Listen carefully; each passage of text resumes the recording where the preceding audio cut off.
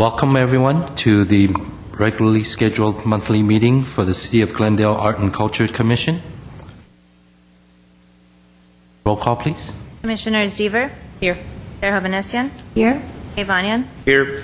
Wagner is absent. Chairperson Lee. Here. The agenda for the April 21st meeting was posted on the bulletin board outside City Hall on April 15, 2011. Item 2, consent items. At 2A, approval of regular commission meeting minutes from March 17, 2011 at 2 p.m. Looked at it, I thought if we would postpone it for next session because there were some corrections that I thought it was necessary. From This the is the study regular- session or from the regular? It's on the the study regular- session. this is the Oh, regular- the regular Regular. session, we're okay. Okay. Motion to accept the minutes from our last monthly meeting, March 17. So moved.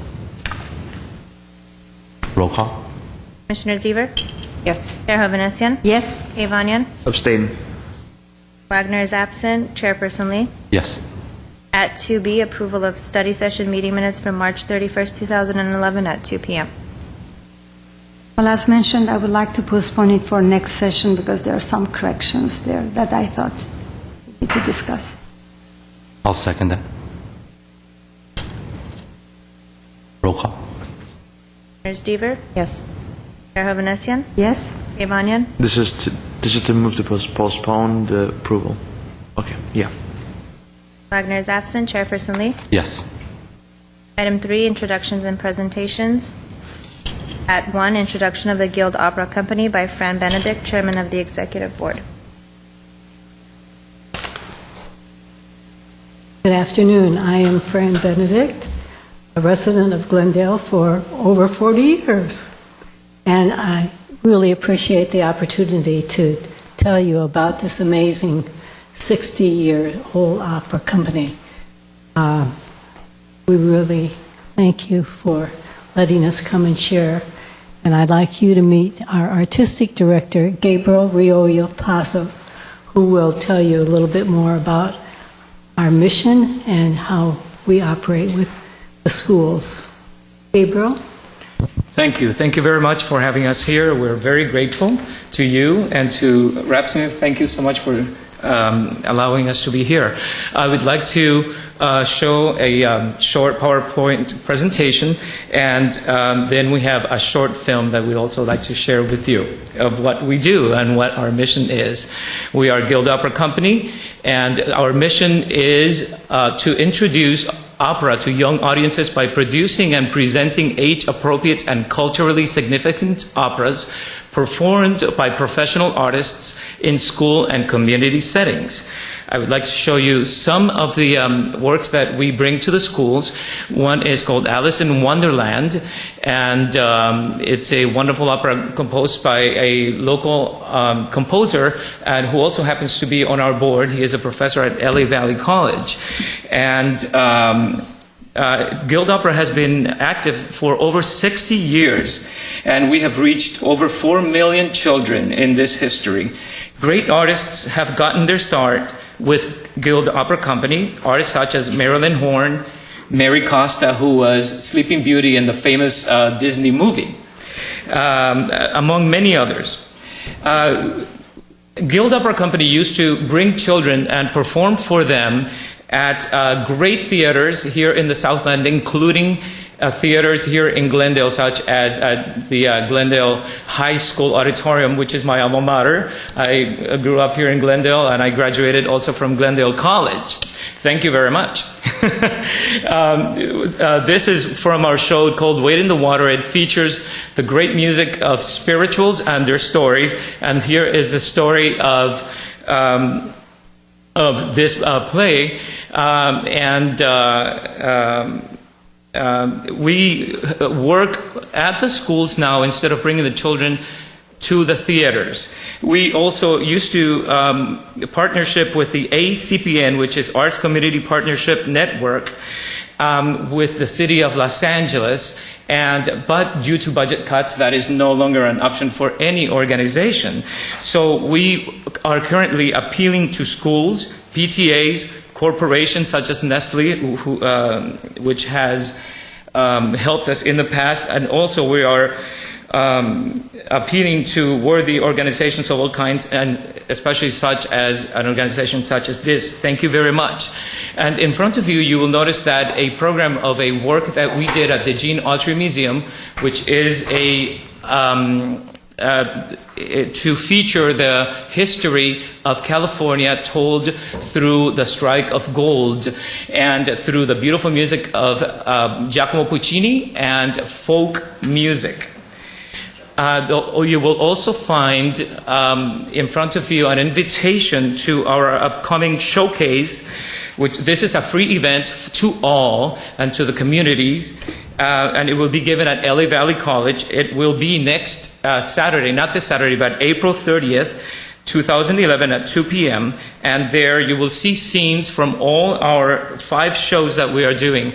This slides that I'm showing now are from a bilingual show that we call Estrella, and all our shows feature great music in the classical style and operatic style.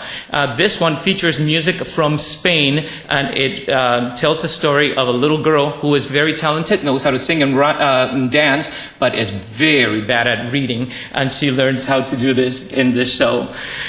Here is The Treasure of California. And it tells the story of the 49ers and how they strike gold. And thank you very much. And now we would like to show you our short DVD presentation. Thank you.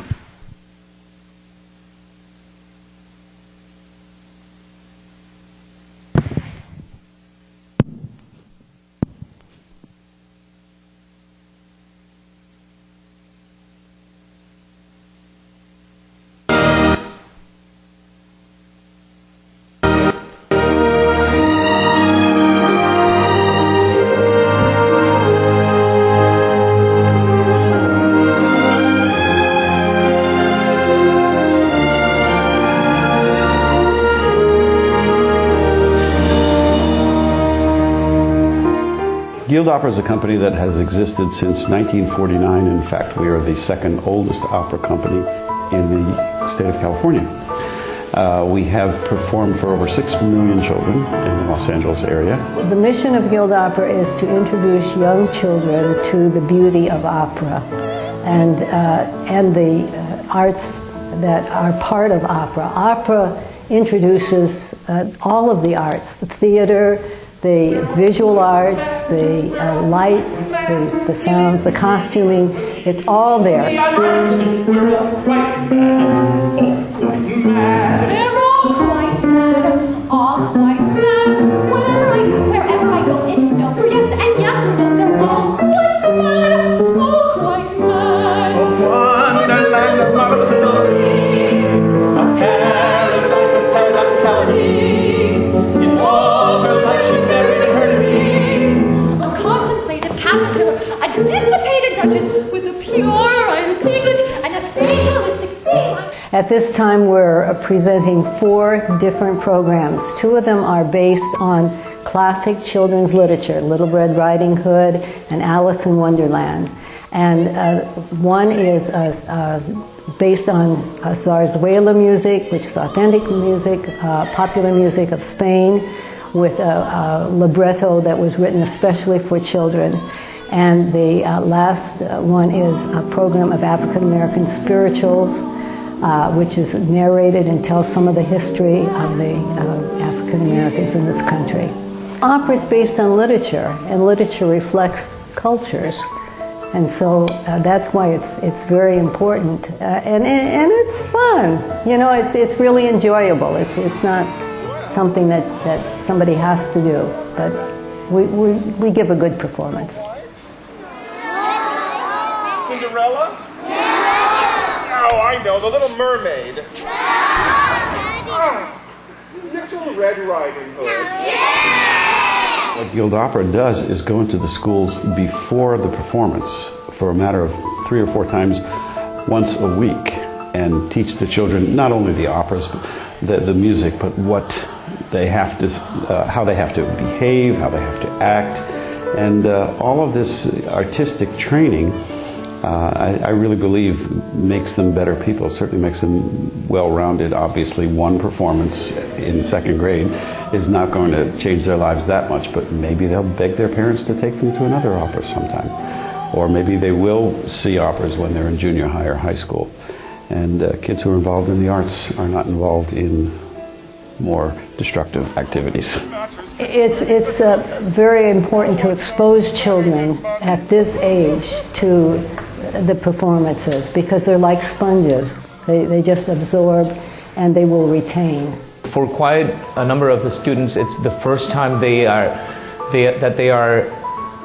close enough to an artist, to an opera singer, that they really get it, what that is like and what it's like to receive that kind of communication from another human being in that particular way. They're just entranced with the performance. They're really engaged, and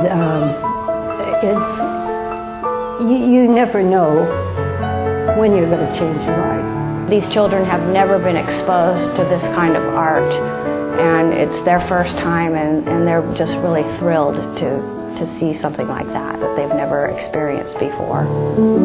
You must follow instructions and learn here, or you know that you won't go too far. Yo te he dicho que hagas tu trabajo, ocurrida te vas a quedar. I do know how to read and to write, and yo no sé escribir ni leer. Tú no sabes y no seas presta to your work and it's soon up to bed. Teacher says that you don't know your number. Teacher says that you can't read so well. La maestra dice que no estudias, que bailando lo quieres tener. I am tired and bored, I don't want to. Yo no quiero escribir ni leer. You must do it and don't be so naughty. Well, you have children, you know children, and you know what this can do for them. So I think along with the other charities that you support, it's very important to support something that gives children some beauty. It's not very much money for what it gives the children. It is something that the children remember really for the rest of their lives. We want to contact not only teachers but parents and grandparents, people that are interested and feel that this is important for children. And we will go to any school that invites us. Private, public, parochial, any school in the Southern California area. It is part of a person's, should be part, in my opinion, of a person's education, general and overall education. Even though you might not become an opera singer or any kind of singer or an actor, or it's important to be exposed to great works of art. I mean, people who are introduced to or go to see a Shakespearean play, for example, or any other kind of play, they may never become an actor, but they should be exposed to that because it's part of our heritage. This is classical music and operatic music is part of human heritage. It's not just for a few people, it should be for everybody. It doesn't belong to one person, it belongs to everybody.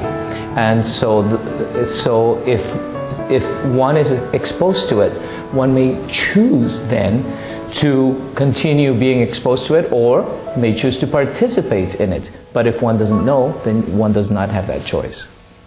For more information on how you can contribute to the Guild Opera Company, please call 323-463-6593.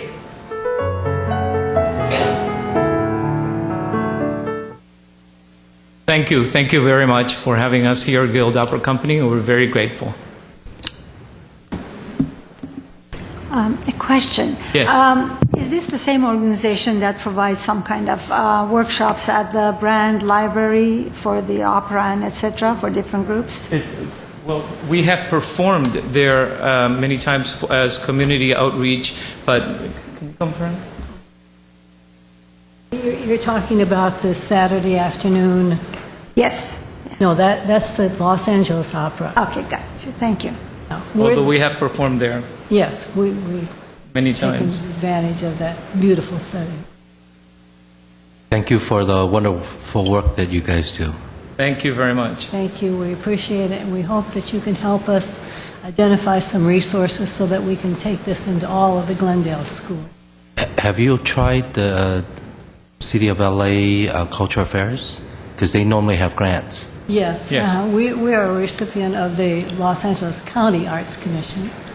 Okay, but what about City of LA? Not recently. Oh, okay. I know it's a tedious system, but they normally give a little bit.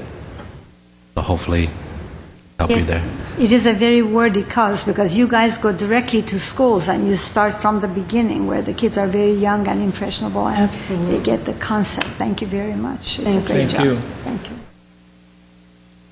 Thank you. The question, I'm assuming that you've talked with staff about any types of resources, but you're such longevity in the community that I would be hard-pressed to think of sources that you haven't already uncovered or are already recipients of. But if you've maybe touched, I don't know, Rep. Samay, if touching base with them as you've communicated to find out other resources, and I'll think about it as well and pass along anything that might come to mind. Thank you very much. It's so important to be reaching students and young people that age and building audiences for the future as well. So I think there's so many things that you're accomplishing, and so thank you for that work very much. Thank you very much. Thank you. Thank you. Thank you for having us. Next item, presentation of the Brand Library renovation project by Deborah Giroud of Gren Associates and Eliza Resnick, Development, Technology, and Collection Services Administrator. Hi, everyone. I'm Elisa Resnick from the Glendale Public Library, and I'm just going to give you a brief introduction, and then Deborah Gerard from Gruen Associates is going to take over and give you the more detailed presentation. I know you are all familiar with Brand Library and Art Center, so we are finally in our stages of renovating the building. The renovation's probably about 25 years in the making, so we're very excited that we're finally in the real stages of making that happen. Just to let you know kind of where we are and why we're here today, we have been coming to different public meetings and commissions to let the commissioners know about the project, but also speaking to the audience at home. So far, we've had a public meeting at Brand Library on February 16th. We've been to the Parks, Recreation, and Community Services Commission on March 21st. And on March 28th, we went to the Historic Preservation Commission. The Historic Preservation Commission is actually the design review board for this project. So they have preliminarily approved where we are at this stage. We need to go back to them one more time for final approval, and we plan to go to City Council. It's set for May 24th for their approval as well. So I'm going to turn it over to Deborah, and she's going to go into some details, and then we can both answer questions at the end. Thank you, and thank you for your time in allowing us to make this brief presentation. My name is Deborah Gerard, as has been said before. I'm a partner with Gruen Associates. We're architects in Los Angeles. So I will, without further ado, get into our presentation. This is just to let you know it's a fairly large team of people who have been coming together actively over the last year to work on this project, including a great collaboration between the library staff, the city staff, and our consultant team. This is just a brief description to show you when I refer to different parts of the building that we have good communication. The 1904 Brand Mansion is the jewel of Brand Library, certainly, and is a big focus of our preservation. Actually, the entire complex is considered to be a historical resource, and so the 1969 edition, which was clearly done in a very different architectural style, is also considered by the Historic Preservation Commission as part of the historic asset of this complex. And then Brand Studios is down below. And the reason I bring Brand Studios up is that is technically covered by the Parks Department, and it is outside of what the general scope of the renovation is, although some aspects of the renovation positively impacted. A few other impacts that, such as they have to leave the building while we're doing construction, but as everyone does. But I'll get into that in a moment.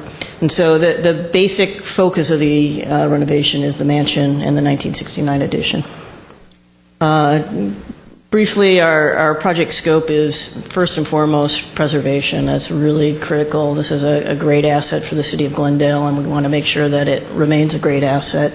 And through time, there are some maintenance issues that have impacted the building slightly. There are some seismic issues that impact the building, and this is our opportunity to correct those, restore them, and bring the building back into a better aesthetic from a better time, as well as modernize it so that it can continue to function as a library, as an art gallery, as a recital hall, and to continue to be a great asset. Along with that, there are some wayfinding challenges. People don't always know where to find the front door. I'll go into that in a moment, so we're going to solve that problem. And the seismic improvements that I already mentioned help to protect life safety. And last but certainly not least, this building has some accessibility challenges that we're improving through the course of this renovation.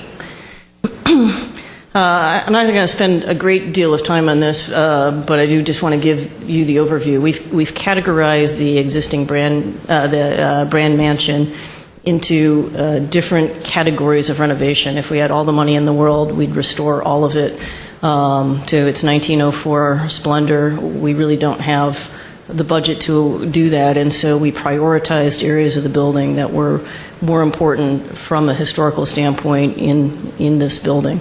And those include the library, reception hall, and parlor, which were those functions in the days when Leslie Brand built the house. The dining room and solarium are also important spaces, but we are going to bring those to a slightly lesser renovation standard solely because of a limit of resources. The areas that are in white, we are going to retain all of the character-defining features, but they will not be restored in the same sense.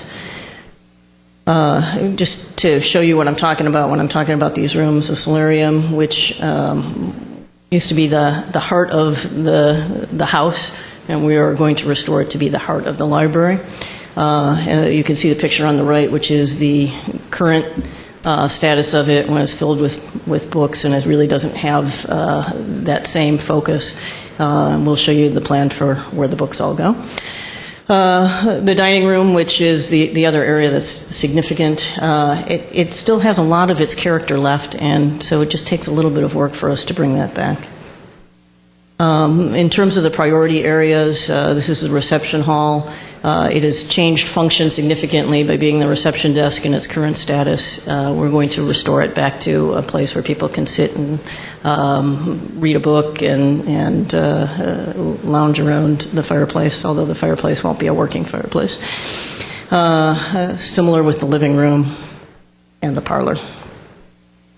In addition, the landscape has become a little overgrown, and we consider that to be part of the historic fabric of the building, and it is our intention to bring back that character by pruning back the landscape in appropriate manners so that you can get a good view of the building. And this plan starts to show some of those landscaping changes. We are removing a few trees that we have discussed with the Parks Commission, and we've explained our reasoning, which is to, again, to expose the face of the building to view, and we'll replace it with appropriate trees back in. But this also shows us starts to talk about the accessibility, so I want to focus on this a little bit.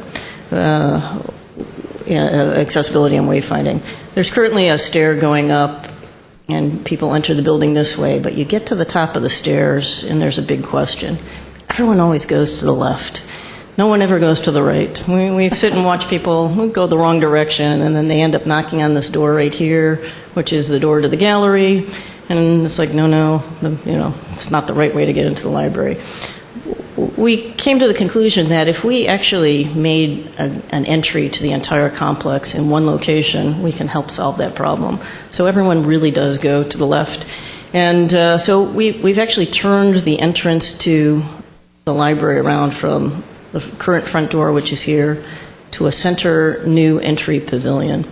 And so it's partly due to wayfinding. It also benefits us due to accessibility. We can provide new accessible parking and enter through the same connector so that it's not entering through the back of the building, it's actually entering through a great new connector that's equal from both sides.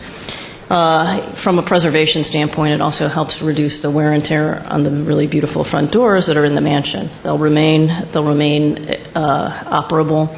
They'll be used for special events when that's appropriate. Again, this is a little diagram.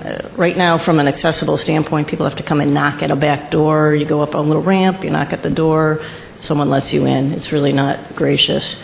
And so through the new entry connector, it really will put access to that building on an equal standing.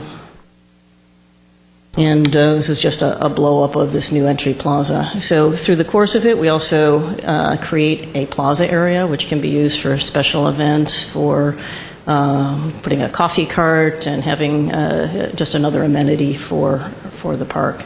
And that shows you the access through the entry pavilion.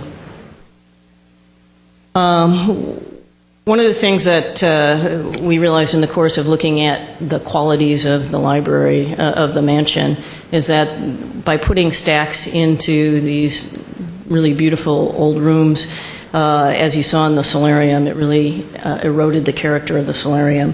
And the library is really taking on, it takes up the space of not only the mansion, but also portions of the 1969 building.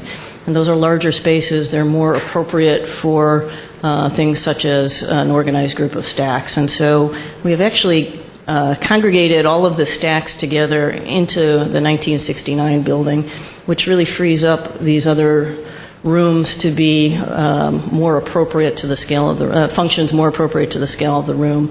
We'll have chairs for sitting and reading books and periodicals. Also have computer stations throughout, but really on a more individual scale so that they can function well in the scale of those rooms. In addition, we'll have support features.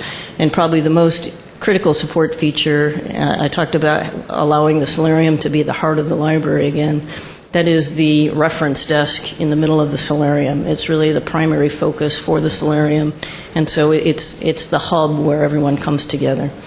I'll also mention that one of the other benefits of this connector is to really make this function as one building. Right now it really is two buildings with a narrow little corridor between them, and so the connector truly connects in a more gracious manner both buildings. Just to close up here, in addition to the wonderful architectural things, we've got seismic and mechanical and electrical things to do as well. And I won't spend a lot of time on this, just know that they are going on. They are very critically needed to support the future of the building. And if anyone has any questions, I can go into that in more detail.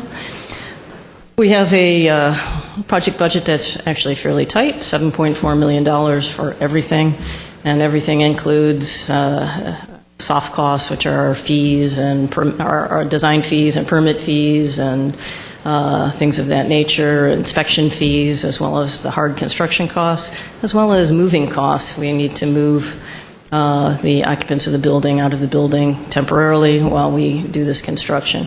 We did evaluate different scenarios as to what it would take to allow the building to stay operational, stay occupied while the construction was going on. And it both stretched out the construction duration, which has negative consequences from a financial standpoint. Longer construction costs more. But also you have to protect the public in the course of the construction, and that adds to the costs. And then there was just the aspects of life safety, being able to make sure that the spaces are air conditioned and sprinklered during the construction, and we came to the conclusion that it was a better scenario to shorten construction, move people out temporarily, and get the work done in a proper and cost-effective manner. And so that's led us to our current schedule. We're planning on being complete with the construction documents by the end of the year, bidding the work by the end of the year, and starting construction sometime in early 2012, which would allow us to complete construction in early 2013.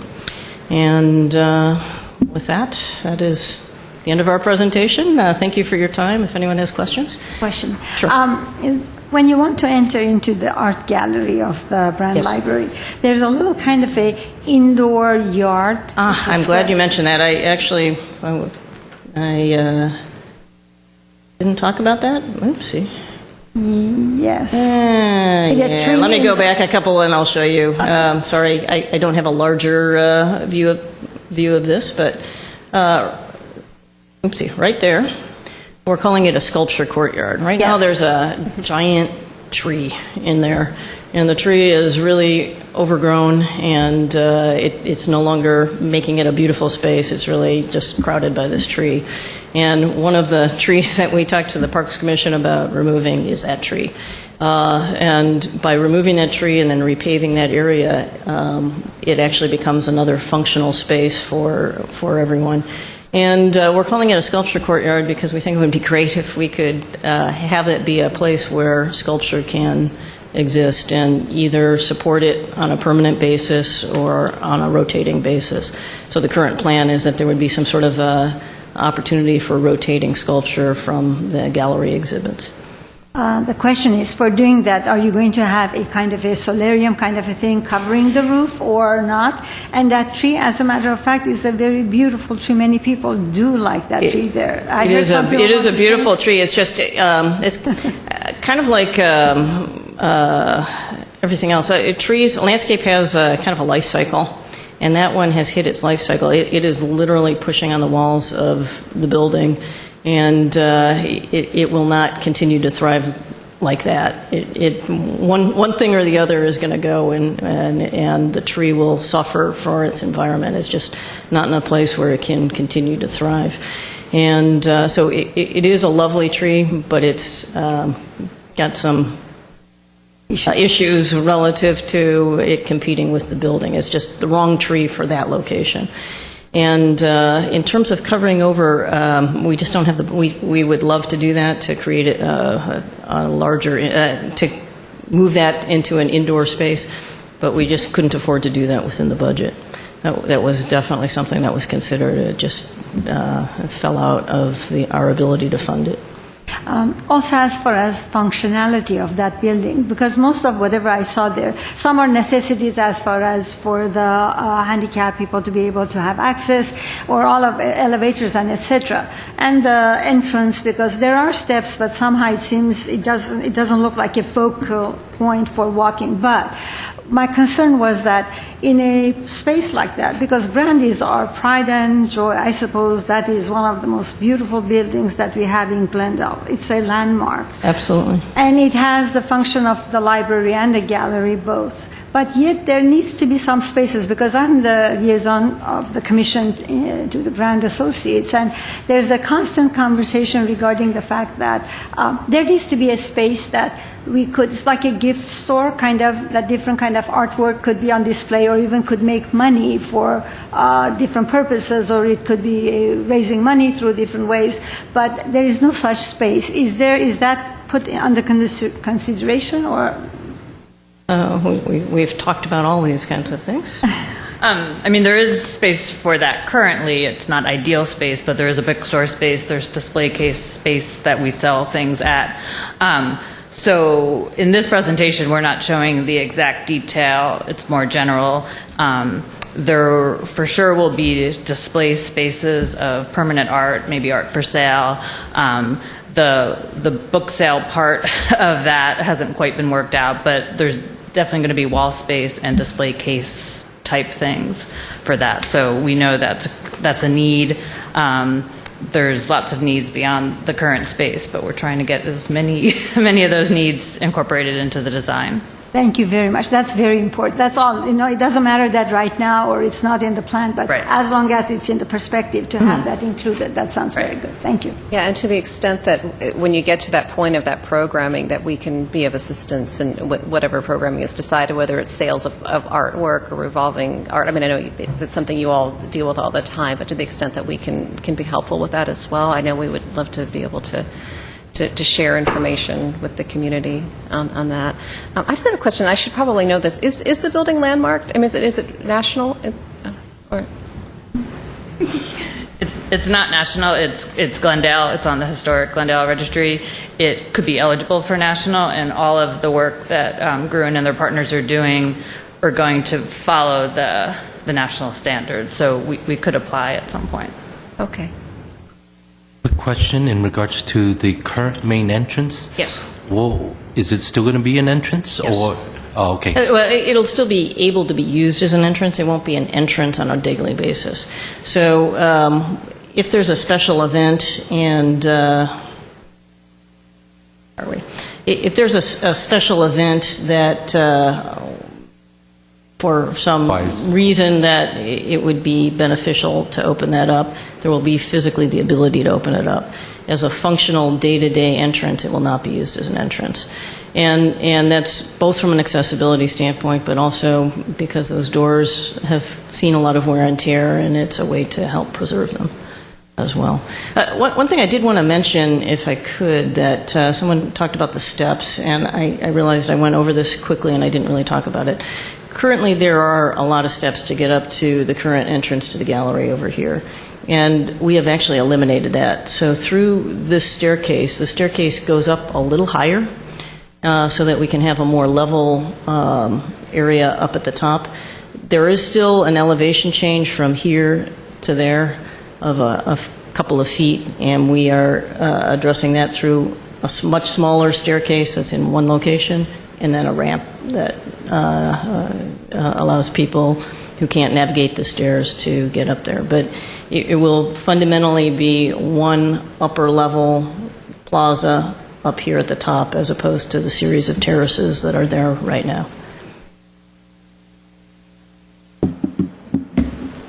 Thank you very much. Appreciate your time. Thank you. Next item? Or discussion?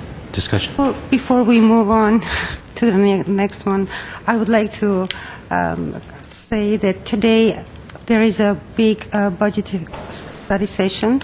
Therefore, all the department heads are in the meeting. Therefore, Mr. Duran couldn't be here.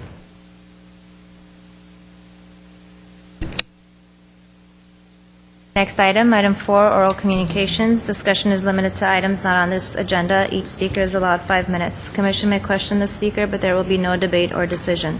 Staff may refer the matter for investigation and report. I have one speaker card, Annette Vartanian from the Glendale Redevelopment Agency. Good afternoon, Chair and Commissioners. I'm here to announce the opening reception for Gate Project. This is going to be our second series of art installations in the downtown area. We are going to have 4 new exhibitions in downtown Glendale, in addition to some of the exhibitions that are still in place from our last installation. I believe Ripsame has passed around some information, but I'm happy to say that with this new series of installations, we're going to be in more than 10,000 square feet in the downtown, which is larger than the Santa Monica Museum of Art. So it's very exciting. So I'd like for the commission members to come and join us at this event, and I'm happy to answer any questions that you may have, but the website does have information on all the installations, the artists, and the locations. Thank you. Annette, can you please state the time again? Oh, sorry. I forgot to give you the event details. The event is on Friday night, tomorrow night, from 5 p.m. to 10 p.m., and it will be at 101 North Brand, Suite 140. That is the space located right next to BJ's Restaurant. It's where we had the last event. And then one space that is coming up is the community bank, the former space that was occupied by community bank. And that's about 6,000 square feet, and we may do another opening reception there. And am I right that more information can be found at gateprojects.com? Gateprojects.org. I'm very excited. And then just any artists, if they just hear about this event, they could actually go to the website, gateprojects.org, and submit their artist proposal. Although we did a call for artists last year, we're still accepting proposals because we're coming up with a lot more vacancies that we can place art in. So I encourage interested artists to go to the website and submit their proposal. Actually, I just have a quick question. What is the term on the Gate project right now? Because has the year coming up already? Is time flying, or are we? The year will come up with the budget fiscal year, so it'll be at the end of July. So we'll see how the program goes, and if it's a priority of the agency, then we'll continue with the program. Great. Thanks. Thank you. Thank you for all your hard work. Very good job. Next item at 5, business agenda, 5A action items. At 5A1, receive presentation regarding art donation by Michael Kalish dedicated to Glendale firefighter Bill Jensen, and recommend to City Council to accept the donation. Chairperson Lee, Commissioners, as it was stated in the report, world-known artist Michael Kalish has created an art piece dedicated to retired Glendale firefighter Bill Jensen as a tribute to all firefighters.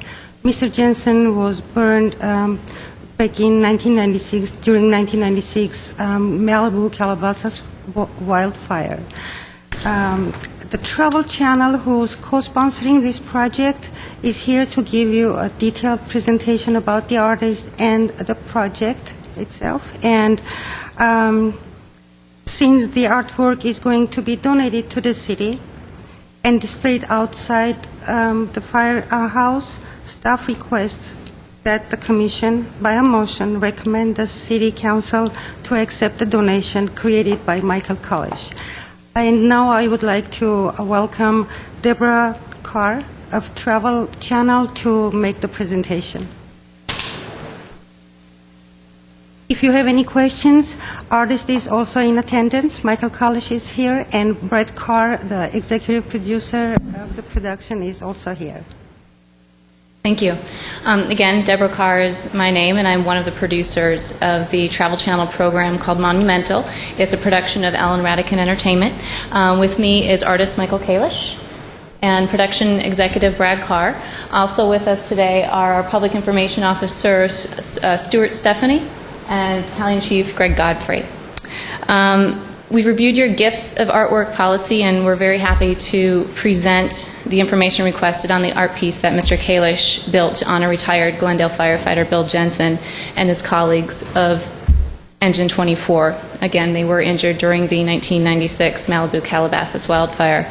The piece was unveiled at the fire station as part of this program on Thursday, April 17th.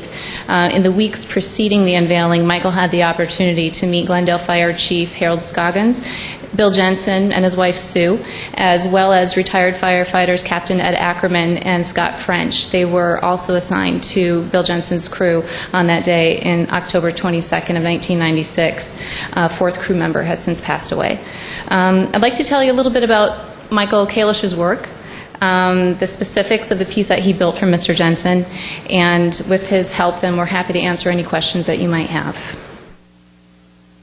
So Los Angeles-based artist Michael Kalish has spent the past 15 years mastering a medium that he's developed, using license plates, twisting them, cutting them, riveting them together into sculptural depictions of iconic personality and Americana.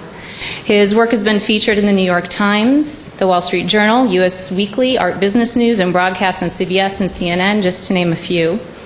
From license plates, his medium expanded to include vintage tailgates crafted into three-dimensional sculptures, like some of these roses, and amazing portraits. His collections have been exhibited at the Museum of Design, Art, and Architecture, as well as galleries across the U.S. and in London, Sweden, and Switzerland. His work hangs in the homes of musicians, world leaders, actors, and professional athletes. Now his work is evolving yet again, focusing his efforts on building large monuments to America's unsung heroes.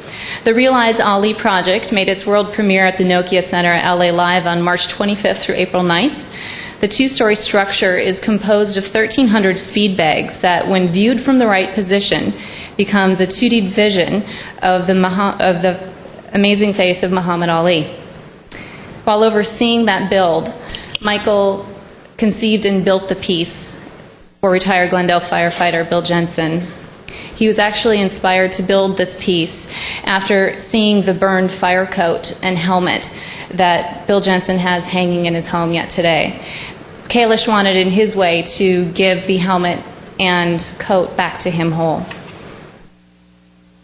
So, getting back to the medium that he works in, metals, Michael chose to build the piece from a 1980s Ford model fire engine. He and his staff started with a sketch and built a small-scale model before cutting into the fire engine, which would form the entirety of the coat structure. These are just some of the stills throughout the build. The helmet structure was actually outsourced for fabrication. It was built with an iron frame and inlaid with a thin-grade steel. Then Michael chose to use fire hose as the skin on the helmet. During the build, we were happy to welcome Ed Ackerman and Scott French, who are two of Jensen's crew members, and they helped Michael build it in his studio. It's also important for us to state that the reason we chose Bill Jensen was because of his impact on the community and his ongoing work with the nonprofit Firefighters Quest for burn survivors. And these two gentlemen, as well as the gentleman behind me, are very integral in the work that nonprofit does. So the completed piece stands approximately 11 feet tall by 5 feet across at its widest point. On the back side, this is an in-progress shot here. The oak planks that you see are also sourced from the top of the fire truck. They are all along the back side. The completed piece was unveiled again at Fire Station 21 headquarters on April 7th. And this is a photo of Mr. Jensen and his wife, Sue. Just as they were walking in, it was actually a surprise for Mr. Jensen at the time. He wasn't sure of all of the details of what Michael was building for him. So along with Sue, we had a great crowd of people who, his friends, family, and members, supporters from the Burn Center, came to be part of the unveiling as well. Just a couple more photos for you.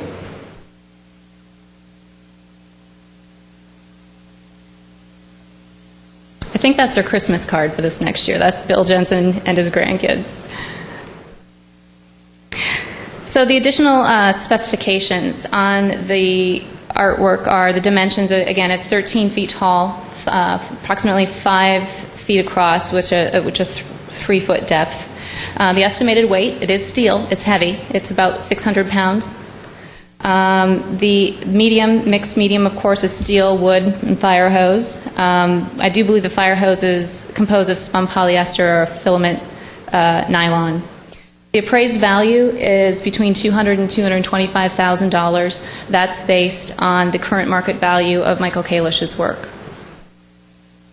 As far as the maintenance requirements, it's dependent upon where the final installation may be, whether it's interior or exterior. We would recommend an annual inspection. Obviously, there may be some weathering or fading of the fire hose with long-term exposure to, sunlight, direct sunlight. The wood on the backside has been treated with polyurethane, and steel, like all steel, could rust over time depending on exposure to moisture. So we would recommend some kind of application of an equivalent of an anti-rust car sealant, if you will. The proposed site, upon meeting with the chief, they did walk around the firehouse on the first meeting, and it was important to Michael that it resides in a space that the public can enjoy. As much as this piece was built for Mr. Jensen, it's also for for the public to enjoy and recognize the work that all of our firefighters do. And with that recommendation, he was hoping it would have a home outside the firehouse where the public could pass by and see it and get close to it. At the time, this is outside of Fire Station 21 headquarters, and the proposed wall that they were looking at is adjacent to the vehicle bay doors. This is directly across the street from the Glendale Galleria parking lot.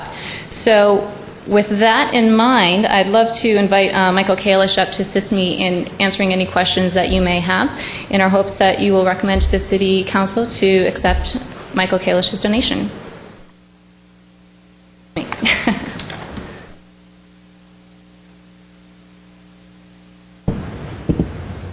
Well, from what I've heard, I want to apologize on behalf of the city in regards to procedures that you have to go through to make a donation. They're set in place for reasons, but I personally want to apologize for all the things you went through, and hopefully we'll be able to move that forward for you. Not a problem at all. As far as, again, I need to apologize for the commission not to be able to be present when you had that special date, because we found out about it the day before the event, and we all have heavy sort of schedules of minutes and etc. It would be our pleasure any time of such events, if you know, and it's a beautiful, very interesting work. Question, I didn't understand very well. The red portion is of a melted fire engine, or is it just it gives that perspective? Yeah, the fire truck, the medium that I use is all metal, so the roses are out of old rusted tailgates. For this particular piece, it was the fire truck, and we took the metal off the sides of it and kept the rest intact, and then went through a series of applications, heating it and bending it to form this natural coat, so it looks really organic. It's really hard to get metal to look organic, but that's kind of the beauty in the piece, is it has all these natural curves. So when you step back from it, it looks like a piece of fabric, when really it's 700 pounds or 600 pounds of metal. It's great because it somehow kept the authenticity of the idea of a fire truck being used in that. It's a beautiful work, very interesting. Thank you. Very creative, I think. Thank you very much. Thank you. My questions are you satisfied with terms of the location that's being proposed with regard to the where? Because you had mentioned that interior would have been, would be the best for the sculpture itself, but of course being able to share that with the public is far more important, I think. So I was curious about your comfort level with that. I think in this direction that I'm going, these large-scale pieces, it's really important for them to be seen. So outdoor locations where thousands of people can come through, especially kids, and it's on that main thoroughfare, is really important. So trying to think about that in terms of the creation process. Obviously, these are all it's industrial metal, and so it's from an old truck, but then when you cut something, it exposes the metal, and then we go back and treat it. So, I mean, although there were some great locations inside the fire station, to have it outside, because it's a piece of public art, I think would really benefit the city. It seems like it would be a great piece to have in that location. The wall, when I looked at the building, just looks like it was screaming for something to go there. And the piece is huge, and I think it would take up a large portion of that wall. And the way it was displayed here was very sculptural. It sat in a pole so you could walk around it. That's always an option. I never really saw that, as being the final place for it. So I think up against that wall is really the right location ultimately.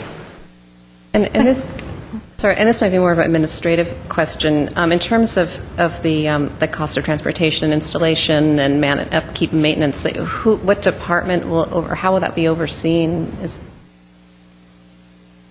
Commissioner Deaver, we will be working with fire department and parties who are involved in this project, and go through the building permits, all the paperwork that needs to be prepared before we go to the council.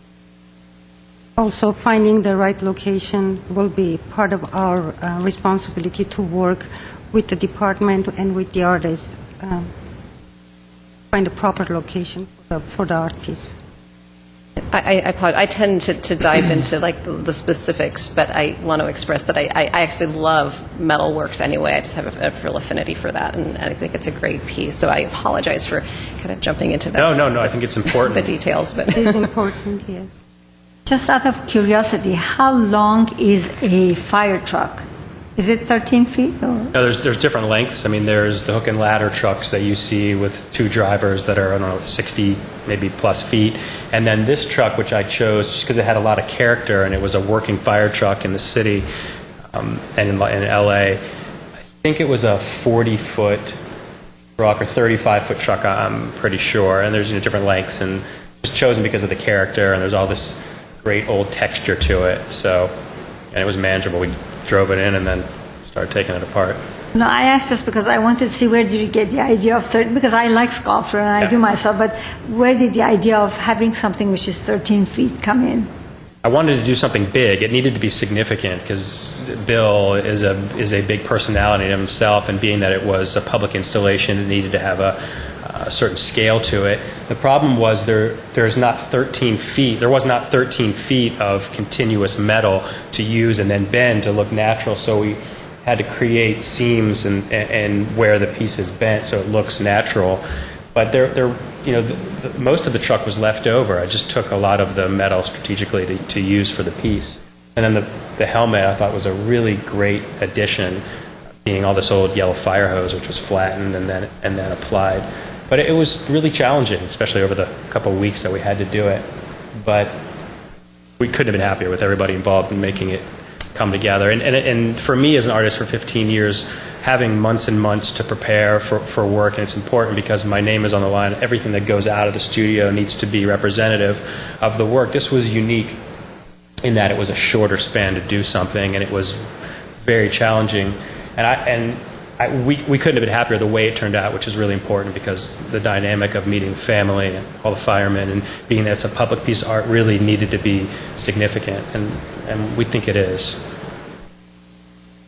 I truly believe that it catches the attention, the hat and the helmet or hat and the red and yellow, and for anybody from childhood, firefighters, and that hat goes along, and it has a lot of symbolic features to that. Very interesting. How long did it take for you to build this? It was, it was interesting. It was about 15 hours a day for about 2.5, 3 weeks, which was a rush. And we put 6 or 8 guys on it and farmed out certain pieces to other locations to fabricate. So it was a fairly quick build for projects that usually take 3 times that long. Interesting. Thank you. Thanks for the information. I'm extremely happy about the fact that you took time to build something for firemen, because the one thing that of course firemen get all kinds of accolades and nice pieces of paper, but when you have something 13 feet in a physical shape out of metal, that's really something to. I'm at a loss of words. It's the most permanent way to remember the sacrifices that they make, instead of just another piece of paper that you can just put up on a wall. I love the idea. I think it's great. Again, I am at a loss of words because it's really wonderful to see that in a physical manifestation.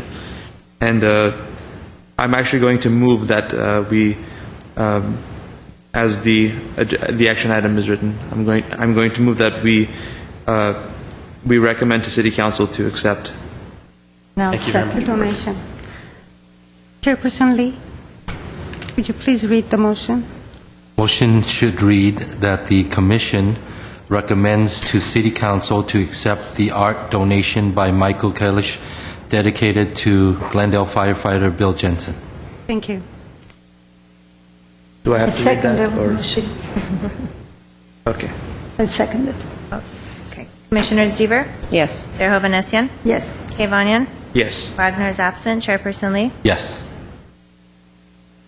Thank you. Thank you, Commissioners. Thank you very much. Enjoy. Thanks.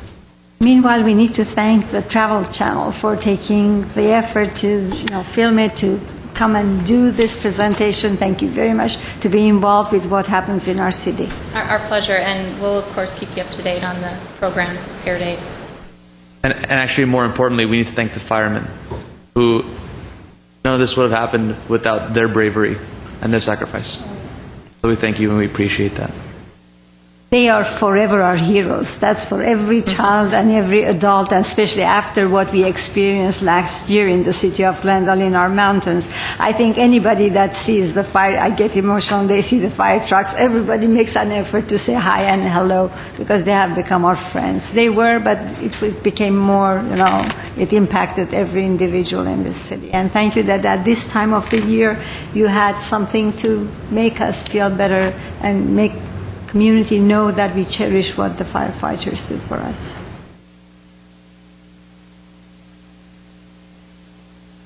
Next item. Next, review and approve the Art Advisory Committee's recommendation to the City Council related to the Maple Park Public Art Project. Chairperson Lee, Commissioners, today we will make a formal presentation about the Maple Park Public Art Project and present the Art Advisory Committee's recommendation of the finalists and their proposed art components. Since this is the first time that you will be introduced to the art pieces that have been selected by the Advisory Committee, we have prepared a PowerPoint presentation. And as you can see, we also have a beautiful model of the Maple Park created by one of the finalists, John Joseph Matthews. I think this will help you to visualize the location of the art piece, and also artist had his art concepts inserted in the model as well. So we wait for a few seconds. We can start the PowerPoint presentation. Of course, the Commission has been updated regularly from the beginning of this project since November of 2010. However, today we would like to summarize all the important aspects of this project and focus more on the selected art components for Maple Park Public Art Project.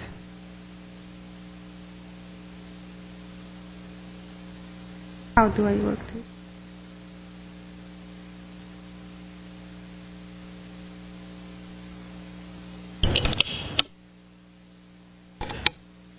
Maple Park is located in the southeast region of Glendale and is one of the city's oldest and most frequently used neighborhood parks. The Maple Park Community Center, built in 1966, was the first community center in the city's park system. Located in a high-density residential neighborhood, the park is approximately 3.8 acres in size, and in addition to the community center building, which includes a gymnasium, offers a children's play area, tot lot with play structures, one tennis court, one side parking, walking paths, and picnic areas. In an effort to enhance Glendale's public parks and create unique visual experience for the community, in November 2010, the Community Services and Parks Department issued a call to artists inviting emerging and professional artists to submit their qualifications for the Maple Park revitalization project.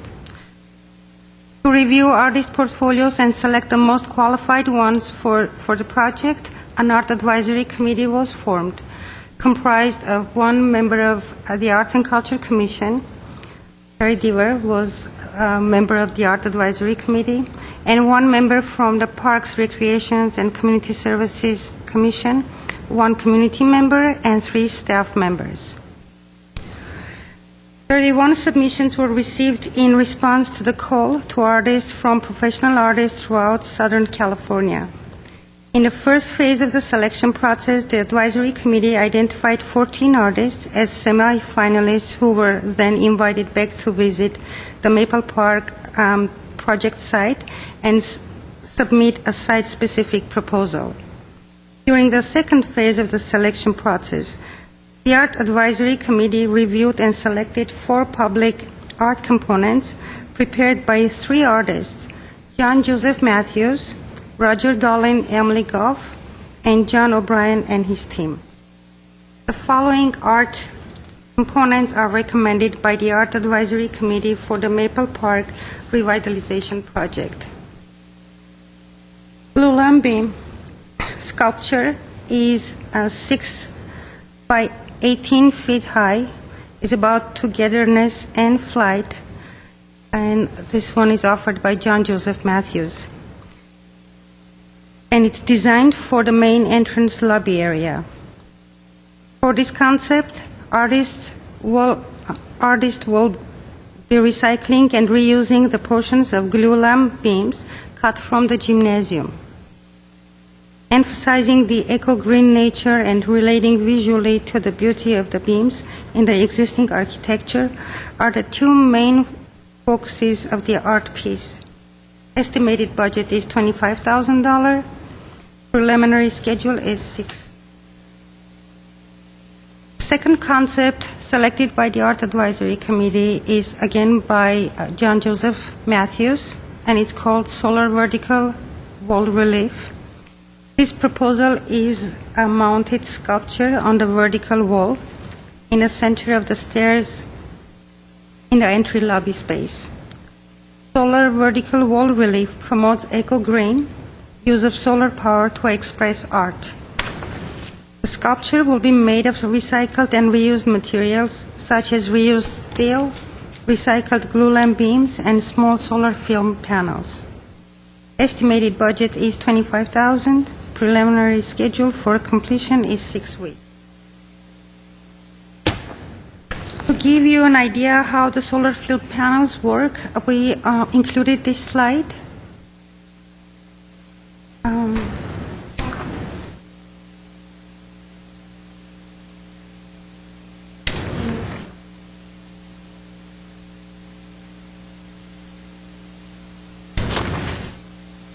Uh-oh.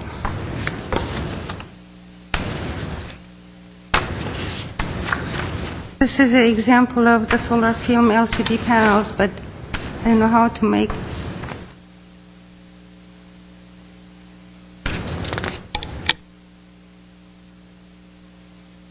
That's okay. I guess we can do this another time. But it's really interesting because it gets reacted from the lights. And if we use colorful panels, then you'll see colorful lights interacting without any energy source. It's a very interesting experience. Second artist selected for this project is Roger Dolan and Emily Goff. And they're proposing a mural which is inspired by the cross-cultural symbolism of Tree of Life, an image found throughout the history of civilization. The mural will be created with the assistance of students at Daly High School campus and later installed to the wall surface on the newly constructed wall space that is approximately 26 by 8 feet high. Materials they will be using is acrylic paint, gel, and synthetic canvas. No maintenance is required. Estimated budget is $13,655. Preliminary schedule is 10 to 11 weeks.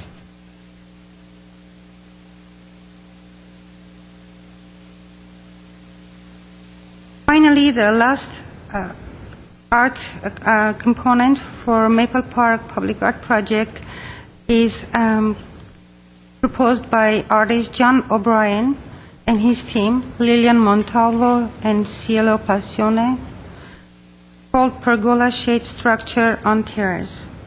Originally, the team presented an art concept called Glendale Rondo, where a set of interlocking patterned images wave through the building from the entryway below, across the glass window panels, down the hallways, into the gym, and lead out into the terrace above. The Art Advisory Committee selected only the last element of the proposed concept, which is the pergola shade structure up on the terrace. Excuse me, is this the overview? Yes. It's from top? Yes. Okay. It's a three-dimensional art piece for the terrace sculpture. The original proposed concept, including all the elements, was estimated at $25,000, but since the committee only selected one of the elements, pergola shade structure, from the original proposal, staff asked the artist to revise the project budget. A budget and preliminary schedule will be determined before presenting the recommendations to the City Council. Since the original project budget was estimated at $25,000, staff will be requesting council approval to appropriate additional funds from another project to fund the art component of the Maple Park revitalization project. Staff is requesting commission by a motion supporting of the Art Advisory Committee's recommendation to City Council to select art concepts for the Maple Park revitalization project. This concludes my report. If you have any questions, I'll be more than happy to answer. The project manager, Adrine Gulnazian, who's been extremely helpful during this whole project, is also here to answer any questions you have. If I could also add that everyone involved in this Maple Park Public Art Project, including the Art Advisory Committee members and project manager George Balteria and Dave Aaron, who's our assistant director and CIP administrator, have been phenomenal and been very creative to support and encourage and make sure to this project to be a very successful one. This concludes my report.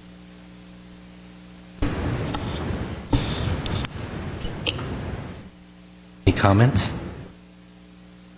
Well, basically, it's already decided and approved, and now we need to just make a motion on that, correct? I actually have a question. If I remember, because I was on the panel, I remember correctly, there was discussion about at least one of the elements coming out of another portion of the budget because it was a sort of a structural element that needed to be the canopy, I think, because it needed to be taken care of anyway through the budget. I mean, something had to occur outside of the art, but this sort of solved two problems. Is that not? I'm sorry, I'm not clear about the question. Well, we were looking at requesting a reappropriation from other projects. So my question is, I guess I have two questions. So one is, are those other projects sort of identified? Is it just sort of a general request going to council, or is there a plan accompanying that where we feel that monies can be reallocated to this project? My other question was, I thought that the canopy piece, because it's sort of a structure. You mean pergola shade structure? Sorry, yes, that something had to happen for that space anyway, and that perhaps there was already something in the budget for the overall project that was able to be allocated to that piece. And I might be remembering that wrong, but I'm just curious. Okay, I appreciate your question, and I'm going to ask Teresa. Please, yes, Adrine Gulnazian. And you had two questions, and both of them can answer your question. Good afternoon, members of the Commission. My name is Adrina Golnazarian. I'm the project manager for the Maple Park project. I believe your question regarding the budget is a part question. The first part, my understanding is that the budget to pay for all the art pieces, it's coming from the original budget from the Maple Park Children's Water Playground, which was due to the water shortage taken out of the scope of work and allocated the budget to another project which they could not use, and it's actually coming back to the Maple Park project. So it is a part of the Maple Park original scope of work budget. And the second part was regarding the structural elements for the pergola. I believe your question is, was the project supposed to pay for a shade structure? And the answer to that is no. That was not in the original scope of work. I'm just wanting to maybe be clear if we're making a recommendation to council. I just want to make sure now we're making a recommendation that's just sort of, hey, we went over budget, can you fund it? Like I guess I want to know that or understand that there's a process underway or a recommendation that's specific to where that money is coming from. I mean, I'm in favor of it. I would feel uncomfortable presenting something that was open-ended and that far over budget without a plan. We're bringing back a budget that was originally supposed to be used up for Maple Park, but it was taken out and it's sort of coming back. Okay. Reappropriated. Do I understand it right? So the budget was there. Now we need to make recommendation to release it so they could use it. Because it was there, it was taken away. Now, with having this project in mind, meaning that they do want to spend for that specific situation. So the recommendation is basically just to release that money again for this special art project. That's correct. Are we clear? Am I? Okay. So now let's make the... I would entertain a motion that the commission supports the Art Advisory Committee's recommendation to the City Council of the selected art concepts for the Maple Park Revitalization Project. And I second it. First, so I make the motion that we should accept that. I'll second. Okay. Commissioner Zieber? Yes. Chair Hovhannissian? Yes. Kavanian? Yes. Wagner's absent. Chairperson Lee? Yes. Next item, approve formation of a subcommittee to review, analyze, and recommend expansion of Glendale Arts and Culture website and appoint 2 members to the subcommittee. Personally, Commissioners, at the March 31st study session, one of the most important areas of discussion was the expansion of the Glendale Arts and Culture website. We believe once the website is developed, it will open new communication lines and serve as a centralized place for the community to use and get information about the arts and culture, all kinds of information about the events, about the opportunities, policies, and so on. So to expand the Glendale Arts and Culture website, staff requests that the Commission, by a motion, approve the formation of a subcommittee to review, analyze, and develop recommended action for expansion of the Glendale Arts and Culture's website and appoint 2 members to the subcommittee. Before we do that, could I ask a question? Because to be able to, what we requested to accomplish it, to actualize it, we need to have staff time. I mean, we would have the committee, and then we'll have 2 people representing from the commission, and all that would be taken care of. But the major part of it is, first, there are 2 portions to this. Number 1 is to publicize or to authorize that we are going to be the center, or that website is going to be focal, the center of all the information, number 1. Number 2, which has to come from outside, it's not up to us. We made the request and we have to see how it's going to be responded. And number 2 is the staff time. It means, because for that kind of a work, to organize everything, to have everything updated, to make something which people could really rely on, it has to be an ongoing process and it would take a lot of staff time. So we can make a lot of recommendations here, but we need to make sure that if there could be a release of some of the budget or funding that it was originally allocated, because I see that now city does wonderful projects and they go back and see what was taken away and now they're giving back, like the project that right now we talked about. So for having that kind of a substantial, acceptable system, we do need some money and a regular resource of money that kind of a website could be continuously in good shape. Is there a way we could get that information? Because yes, we could all say yes, and let's have a subcommittee. Okay, the subcommittee comes with a good idea, but how would the staff time be taken care of? I suppose it's a question for Mr. Duran, maybe, or maybe Ripsime, you can respond. I will do my best to answer your question. You are absolutely right, Commissioner Hovhannissian.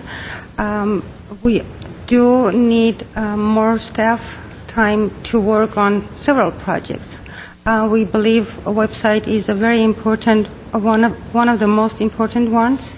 And if you remember last time I mentioned that Community Services and Parks Department provided me with a helper, a young gentleman who is specialized in websites. He actually created GYA website, and he's very knowledgeable about the most current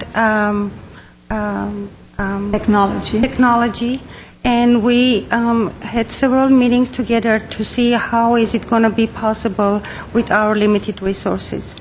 I'm confident that we have something that we can share with the subcommittee, and it's good for us to start the process, and very optimistic at the same time that in the near future we will have enough staff to continue with all the other important projects that Arts and Culture Commission endorses and supports.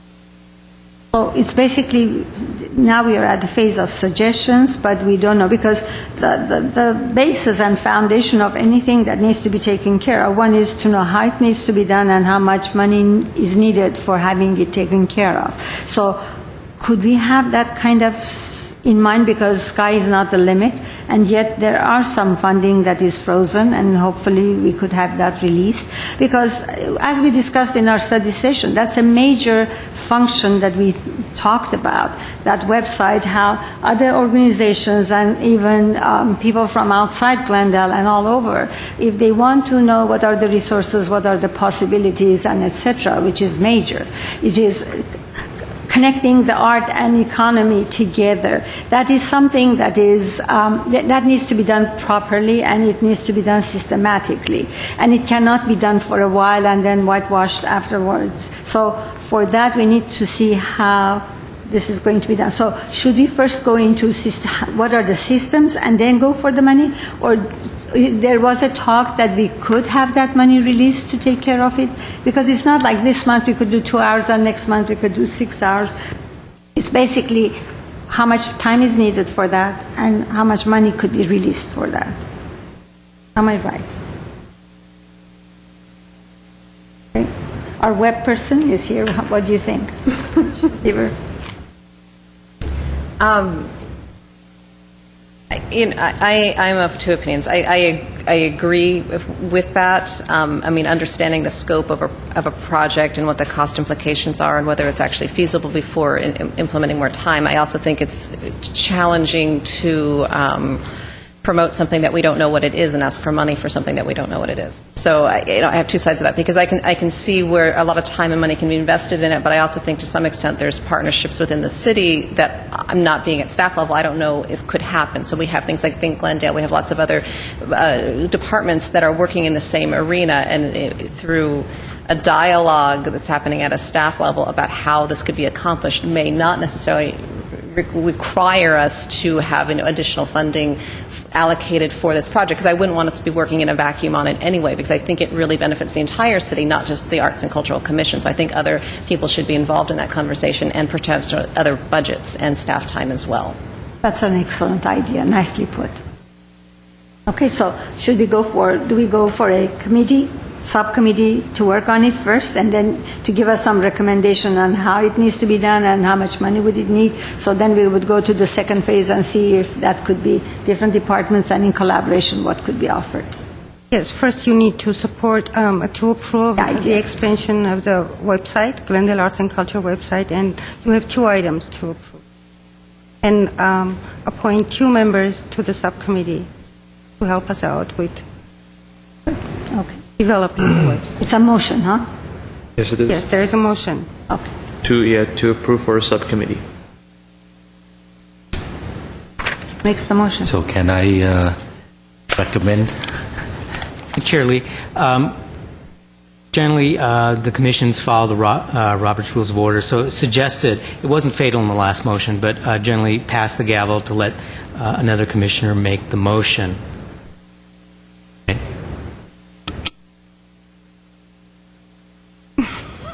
Well, I'm happy to move. Is there something written that So I would move that the Commission approve the formation of a subcommittee to review, analyze, and recommend expansion of the Glendale Arts and Culture website, and to appoint 2 members to the subcommittee. I will second that motion. Great. Now Roll we call. need to choose. Oh, Commissioner Deaver? Yes. Chair Hovhanessian? Yes. Kavanian? Yes. Wagner's absent. Chairperson Lee? Yes. 5B reports information only. At 5B1, Arts and Economic Prosperity Study 4 update. Not yet.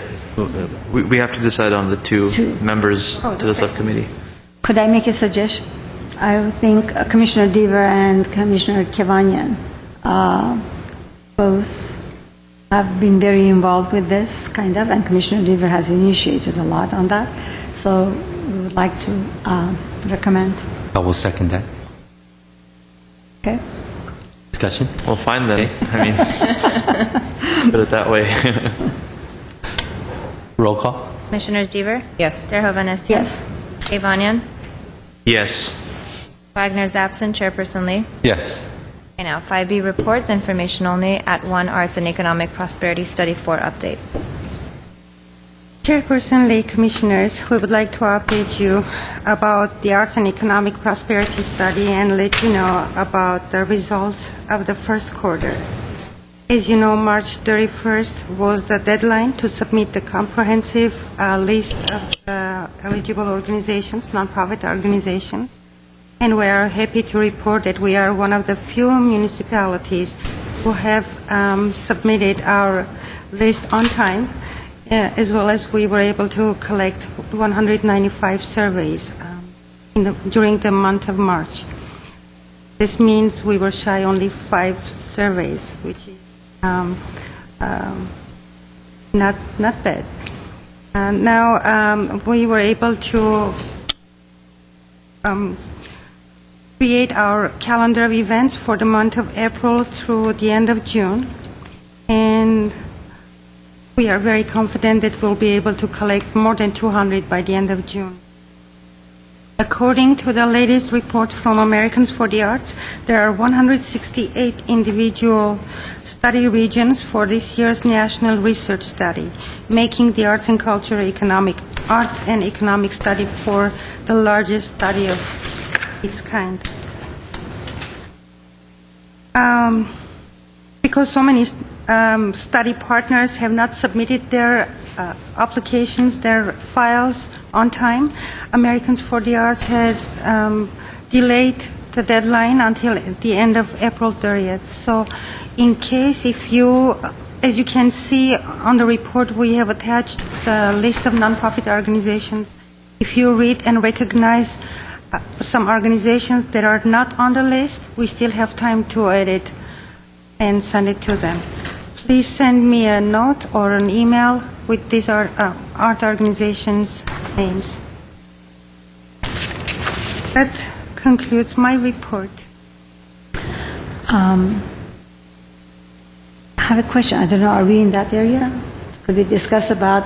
related to the report? No, this is fine. No. Okay. Next item. Question.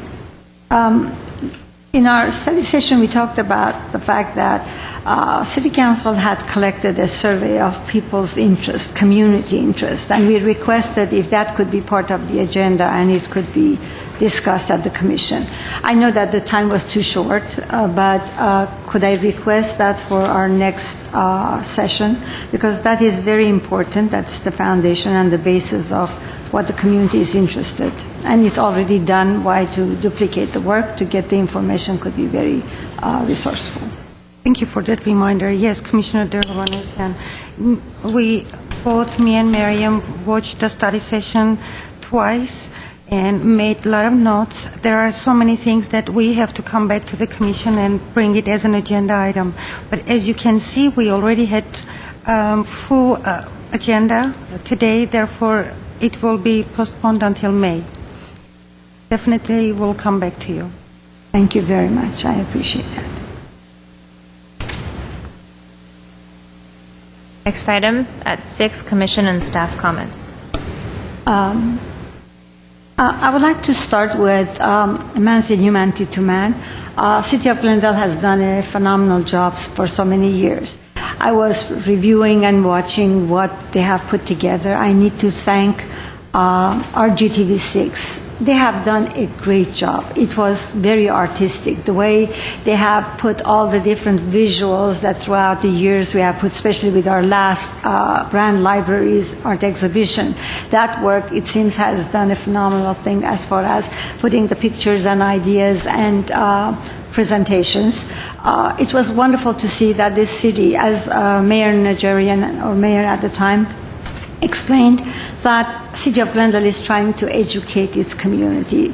It's one of the most important tasks of this community and the council to make sure that our community and the world is aware of. There are many different organizations who are participating in that, but to see what kind of high-rank people and people who are authority in the area, professors from all different walks of life, have been invited throughout the years to put together this idea. So I would like to thank again GTV6, Mayor Najarian, and Zized Mullins, who has worked with GTV6 to put all these different pieces for 9 years and to make a beautiful presentation. Thank you very much. That's number one.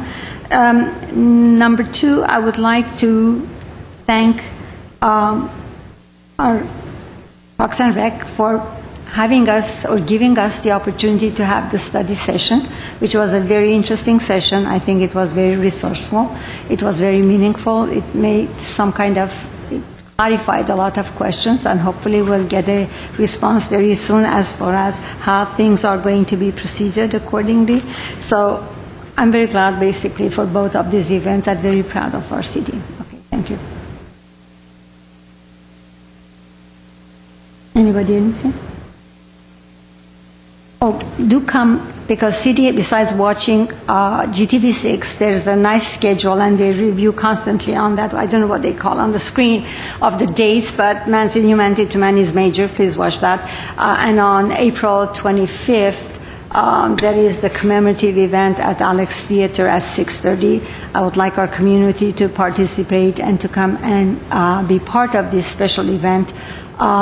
And I'm sure you would enjoy how things are put together. There was a great effort put on that. So that is the other part of it. Thank you.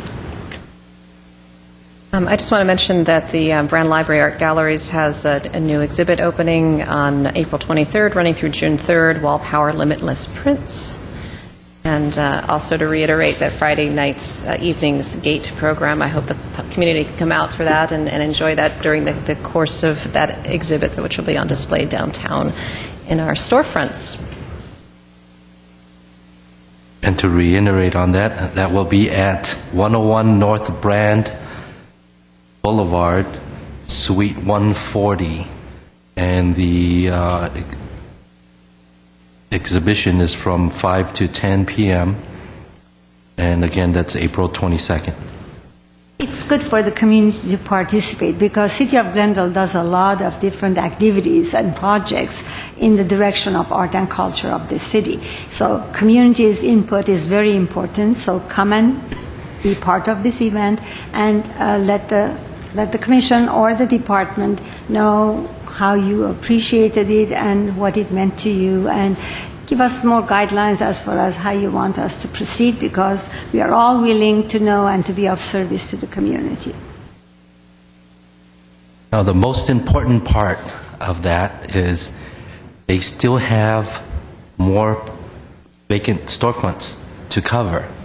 If you are an artist and have some artwork you want to display, go to www.gateprojects.org and then look for the information on how to submit to get your artwork so they can go into those exhibits to help promote your artwork.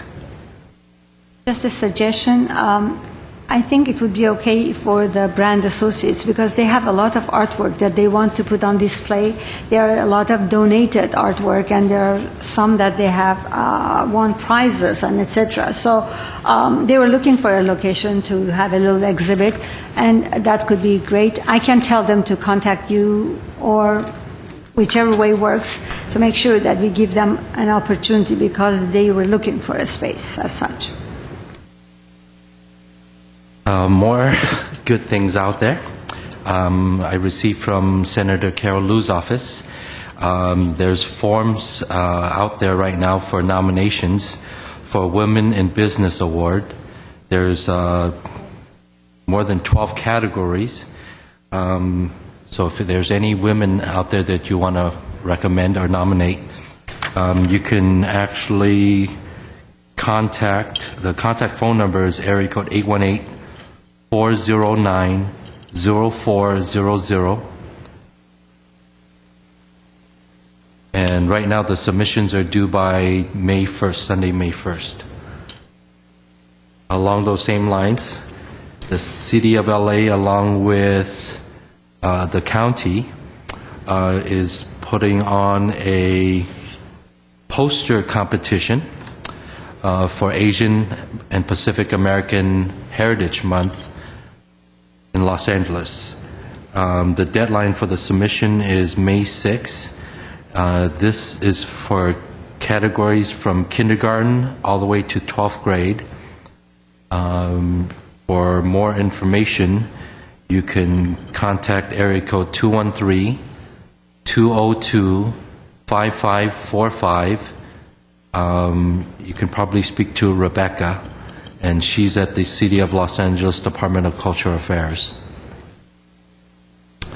Remember again, anybody who wants to support the Guild Opera Company, their contact number is area code 323-463-6593. And they have an event showcase on Saturday, April 30th from 2 o'clock to 4 o'clock, Los Angeles Valley College. It's free admission. Free admission. And free parking. Free parking. Now, along those same lines, if you also have some more time on Friday night, this Friday, this Glen Oaks Elementary School is doing their annual Globe Festival.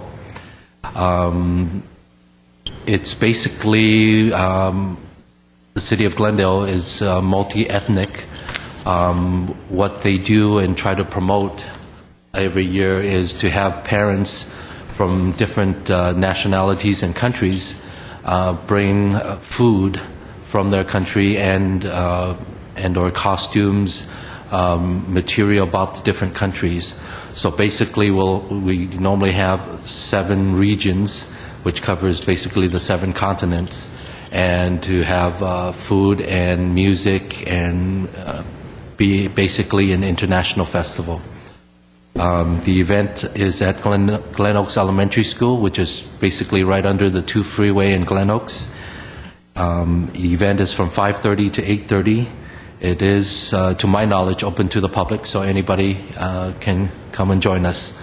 I should be there manning the Asian Pacific region booth. Also, I want to take this opportunity to congratulate Councilman Dave Weaver for being reelected, and Councilman Rafi Manoukian for rejoining our City Council. Thank you.